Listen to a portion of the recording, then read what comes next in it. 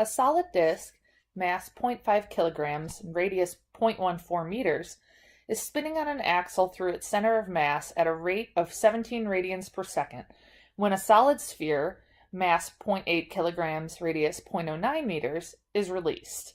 The sphere is also on the axle through its center of mass, and it lands on top of the disk. What is the final speed of the disk and sphere system after the sphere has landed on the disk? This problem will deal with the concepts of moment of inertia and angular momentum. Let's start by sketching the situation, both before the sphere has fallen and after. In the first sketch, we see the sphere up here is stationary, and we see the disk rotating.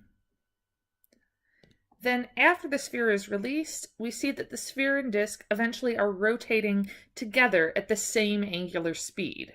Once we can imagine the sphere has sped up from the friction between it and the disk has slowed down. Because the forces involved create torques that are internal to the sphere and disk system, this means that angular momentum is conserved. For angular momentum to be conserved, that doesn't mean there has to be no torque or no forces. It just means that the forces that are causing torques on the system must be due to members of that system. So in other words, when the sphere is in contact with the sphere is putting a force on the disk, which causes a torque on it to slow it down, but the disk is likewise putting a torque on the sphere, which is causing it to speed up. And so the net change in angular momentum is 0.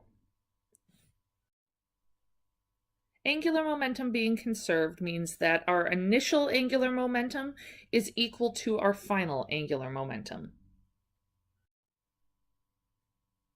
Let's look at this in some more detail. We know that angular momentum for an object or system is equal to that object or system's moment of inertia multiplied by its angular velocity. The system's initial angular momentum just depends on that of the disk, because initially the sphere is not rotating. So our subscripts indicate on the left-hand side that we're talking about the initial moment of inertia of the disk and the initial angular momentum of the disk. So I for initial, D for disk, plus nothing, 0, because of the sphere is not contributing anything to the system at that point, since it's not rotating. Omega initial sphere would be 0. The final angular momentum is the sum of the angular momentum of the disk and the angular momentum of the sphere. We can simplify this a little, though. Let's take a look at how this has been simplified. For one thing, I got rid of the initial subscript here for the moment of inertia of the disk, because the moment of inertia of our objects is not changing in this problem. The moment of inertia is staying constant, so I don't need an initial and a final here. On the right-hand side, you can see that I pulled out the omega f term, the final angular velocity. This is because the omega f, the final angular velocity of the sphere and of the disk are the same. So these subscripts, disk and sphere, are not necessary, since we're looking at the state when the two objects are moving together, once the disk has slowed down and the sphere has sped up. So since these terms are the same, I can factor that out. And this omega f, this is what I'm trying to solve for, the final angular speed of the system. So now the question is, do I have enough information that I can solve for this omega f? I'm given the initial angular speed of the disk, so I have that, but then we need to look in more detail at our moments of inertia and figure out what those are. The moment of inertia for a solid disk is given by the equation 1/2 mr squared.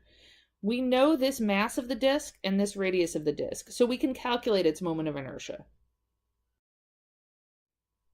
For the sphere, we need to consider that this is being treated as a solid sphere, not a hollow sphere. For a solid sphere, the moment of inertia is 2/5 mr squared. And again, we know the mass of the sphere, we know the radius of the sphere, so we know enough that we can now calculate its moment of inertia. This means that we have enough information that we can go ahead and solve for omega f. When we plug in those moments of inertia, we end up with this following equation coming from the conservation of angular momentum. And you can see we now have enough information that we can solve for omega f, our final angular velocity. When we plug in all our values, we end up with the following equation. And it yields an answer that omega f, our final angular velocity, is 11.12 radians per second.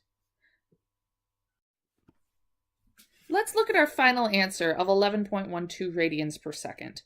Initially, the disk was spinning at 17 radians per second, and the sphere wasn't spinning at all. This means after the sphere has fallen on the disk has slowed down, and the sphere has sped up. This is what we would expect.